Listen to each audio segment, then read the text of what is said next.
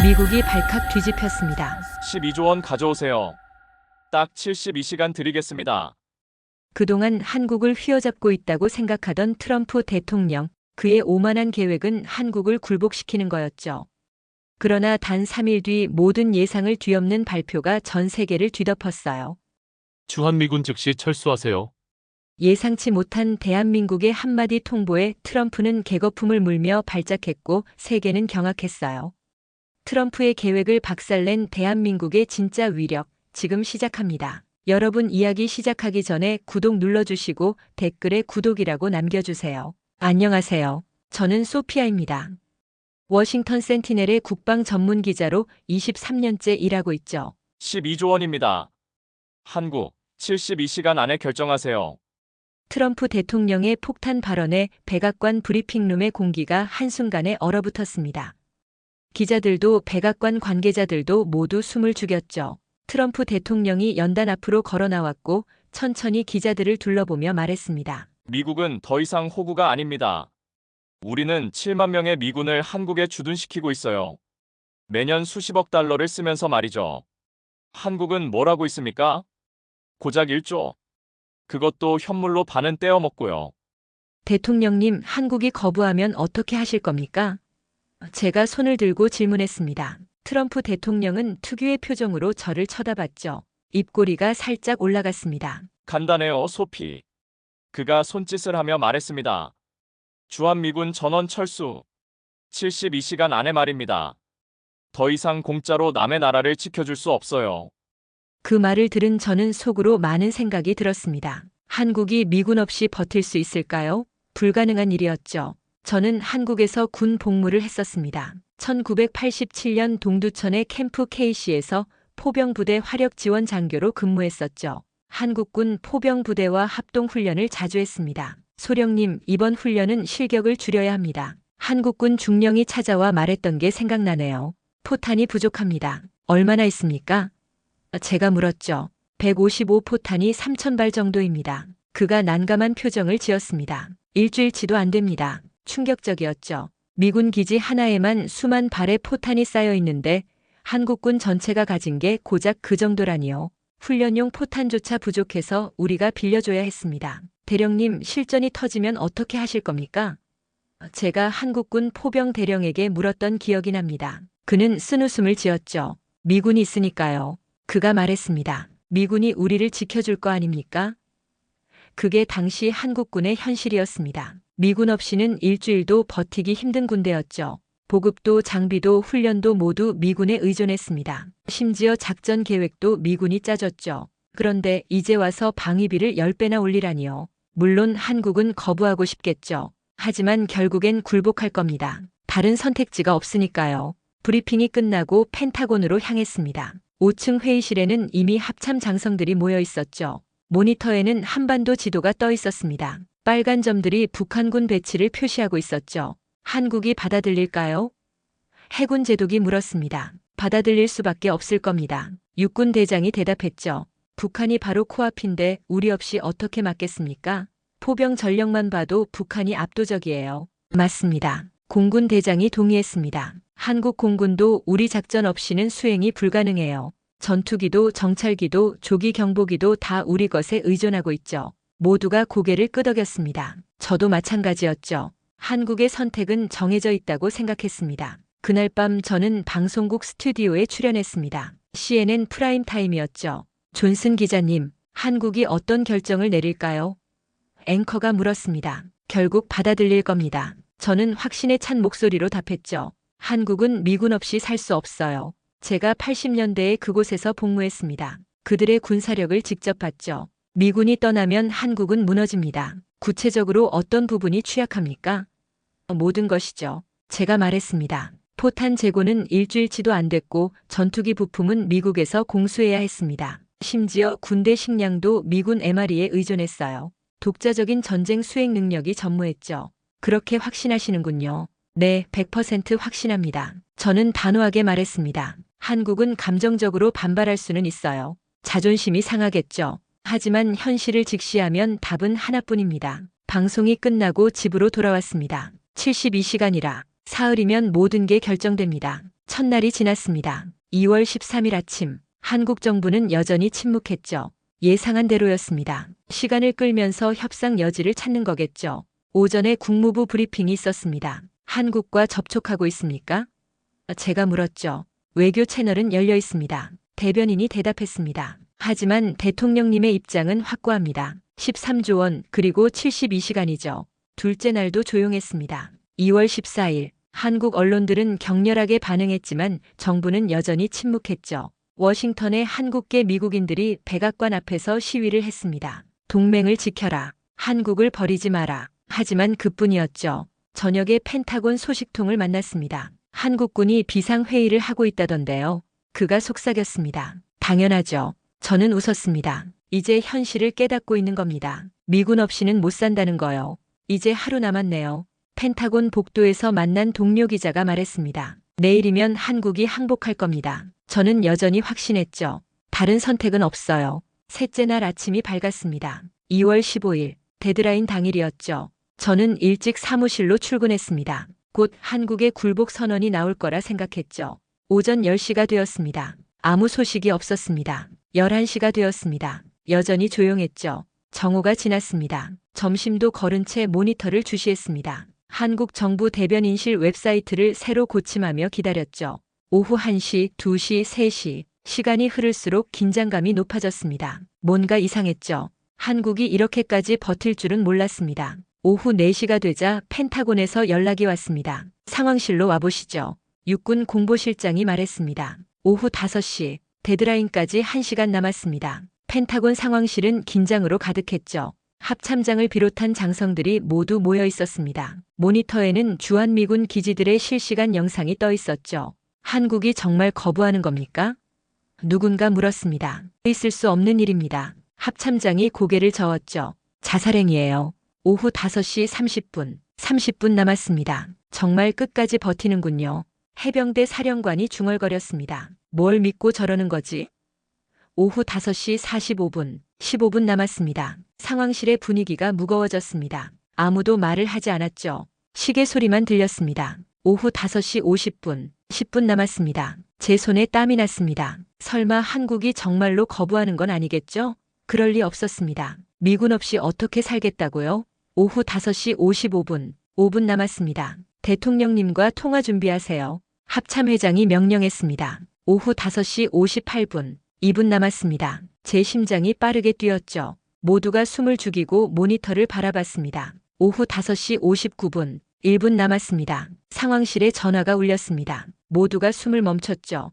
육군 대장이 수화기를 들었습니다. 네, 알겠습니다. 그가 수화기를 내려놓았습니다. 얼굴이 창백했죠. 손이 미세하게 떨리고 있었습니다. 한국이, 그가 말을 멈췄습니다. 침을 삼켰죠. 목소리가 갈라졌습니다. 한국이 뭐라고 했습니까? 해군 제독이 다그쳤습니다. 말해보시오. 육군 대장이 천천히 고개를 들었습니다. 그리고 모니터를 가리켰죠. 화면에 속보 자막이 떴습니다. 대한민국 정부 주한미군 전면 철수 통보. 한국이 주한미군 철수를 통보한 지 48시간이 지났습니다. 2025년 2월 17일, 워싱턴은 여전히 혼란스러웠죠. 펜타곤 브리핑룸은 기자들로 가득했습니다. 국방부 대변인이 연단에 섰죠. 한국의 결정은 일시적인 감정적 대응입니다. 그가 준비된 성명서를 읽었습니다. 우리는 한국이 곧 현실을 직시하고 돌아올 것으로 확신합니다. 근거가 뭡니까? 제가 질문했습니다. 상식입니다. 존슨 기자님. 대변인이 대답했죠. 한국은 미군 없이 방어가 불가능해요. 북한의 포병 전력만 해도 한국을 압도합니다. 우리가 떠나면 서울은 불바다가 될 겁니다. 옆에 있던 동료 기자가 태블릿을 보여줬습니다. CNN 여론조사 결과였죠. 미국인 78%, 한국 결국 굴복할 것. 저는 고개를 끄덕였습니다. 당연한 결과였죠. 브리핑이 끝나고 합참작전본부로 이동했습니다. 거대한 스크린에 한반도 지도가 떠 있었죠. 붉은 점들이 북한군 포병 진지를 표시하고 있었습니다. 북한은 1만 문 이상의 야포를 보유하고 있습니다. 육군 준장이 설명했습니다. 서울을 사정권에 둔 장사정포만 1000문이 넘죠. 시간당 50만 발의 포탄을 퍼부을 수 있습니다. 한국군의 대응 능력은요?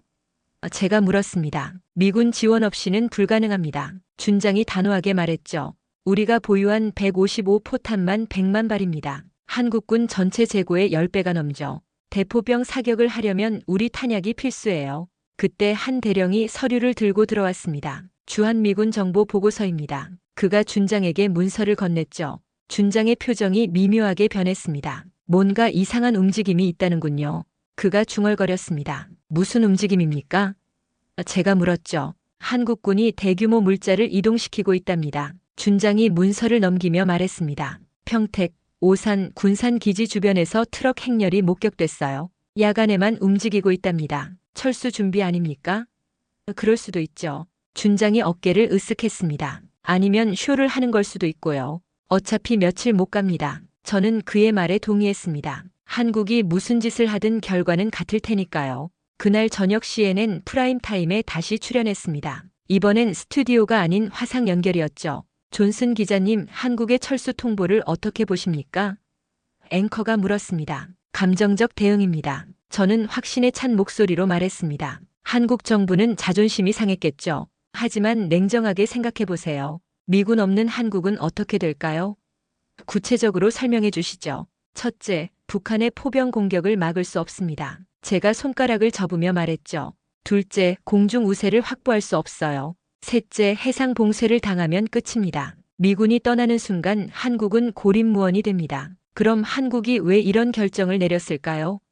감정입니다. 저는 웃으며 대답했습니다. 트럼프 대통령의 요구가 굴욕적이었겠죠. 하지만 감정으로 안보를 결정할 수는 없습니다. 일주일, 아니 사흘만 지나도 한국은 현실을 깨달을 겁니다. 방송이 끝나고 집으로 돌아왔습니다. 밤 11시가 넘었죠. 샤워를 하고 나왔는데 휴대폰이 울리고 있었습니다. 발신자를 보니 데이비드 윌슨이었습니다. 주한미군 대령이죠. 제가 소령 시절에 함께 근무했던 후배였습니다. 데이비드, 제가 전화를 받았습니다. 선배님 오랜만입니다. 그의 목소리가 들렸죠.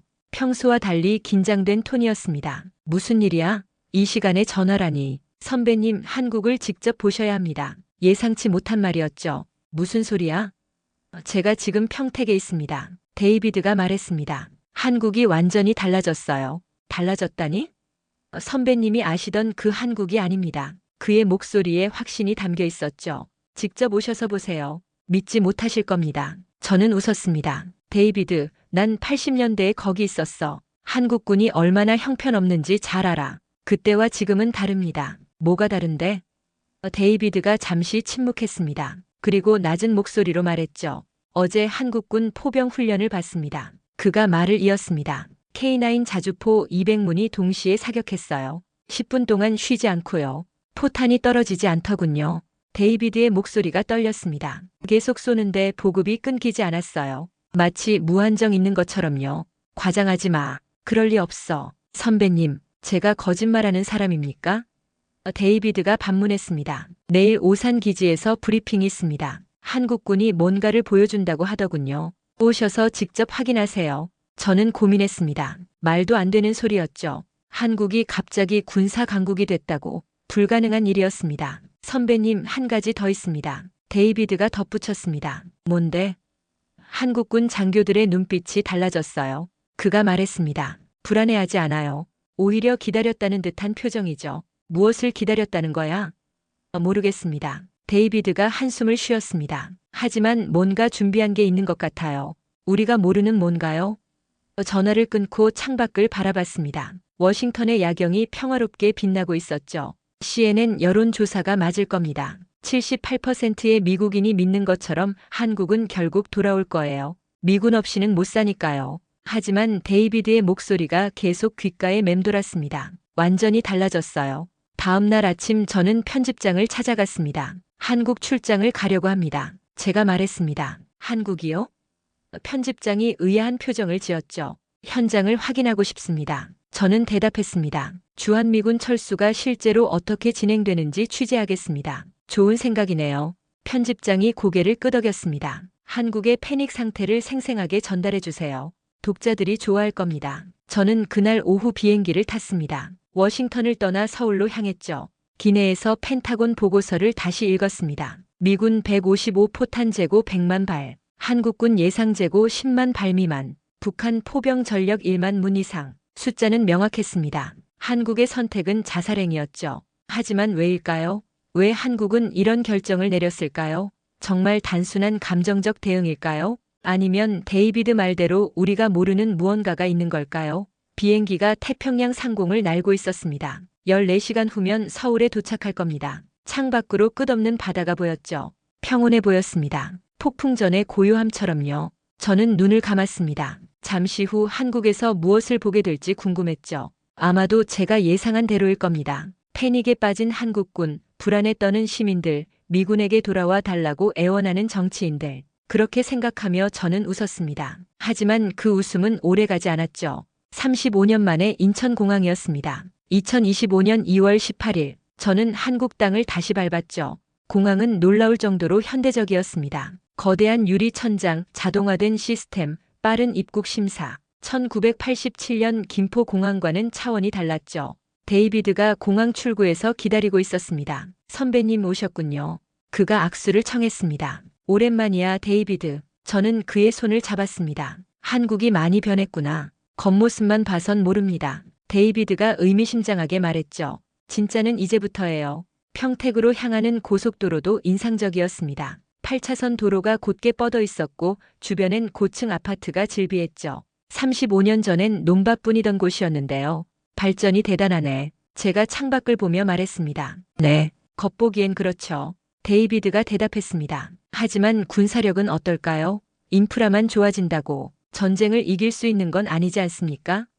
그의 말이 맞았습니다. 화려한 건물과 도로가 포탄을 막아주진 않으니까요. 평택 미군 기지에 도착했습니다. 캠프 험프리스, 해외 최대 규모의 미군 기지죠. 정문을 통과하자 익숙한 풍경이 펼쳐졌습니다. 여긴 그대로네요. 제가 웃었습니다. 미군 기지는 어디나 비슷하죠. 데이비드가 동의했습니다. 그런데 선배님, 한국군 기지를 보시면 놀라실 겁니다. 더 좋아졌나?